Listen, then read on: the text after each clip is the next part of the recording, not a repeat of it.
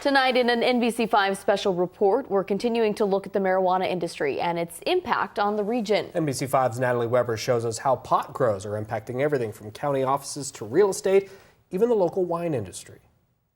While recreational marijuana has only been legal in Oregon since July 1st of last year, pot has long been a part of the Southern Oregon landscape. But now legalization has led to explosive growth.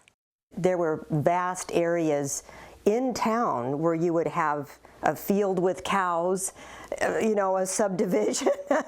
It was really a patchwork. RE/MAX Platinum agent Gail Schoenberg's been in real estate for 11 years, but she's lived in Medford for more than 30. We got back in here in '82. It was kind of a sleepy little rural town, mainly timber industry was the main employer. But a different industry has come along and changed everything, including real estate. Marijuana grows. They're like mushrooms now. They're just sprouting up all over. And areas that I was just in a few months ago that didn't have anybody, now all of a sudden the telltale, 8-foot wooden fences there. Working mainly in rural areas, she sees both buyers and sellers. And this is an opportunity for them.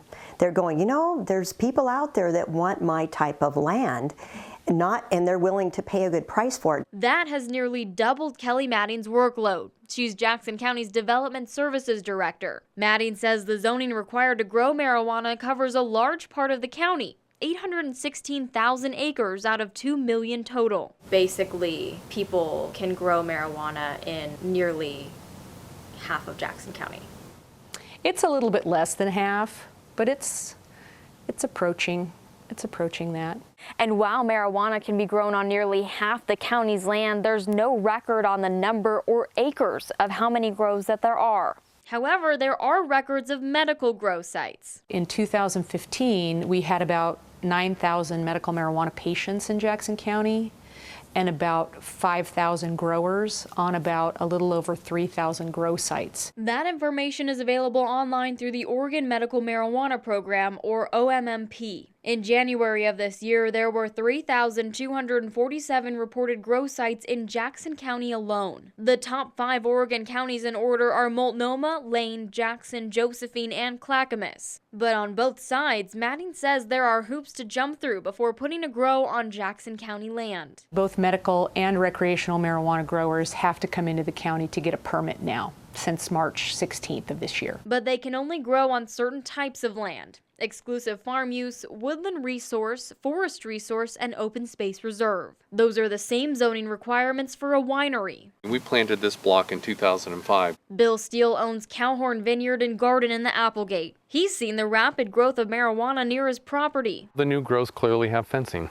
A few of them have cameras, and so I would venture a guess they're not growing radishes inside that enclosure. Some of Schoenberg's clients don't want to live next to a marijuana grow. One of her clients was forced to expand their search into Josephine County. Everything that we found that was zoned, EFU, pasture land, especially irrigated, anything like that, there was a marijuana farm typically right next door. It took a year, but they finally found a property near a grow, not next to one. We've posted a link on our website, KOBI5.com, to the Oregon Medical Marijuana Program statistics, which were used in this report.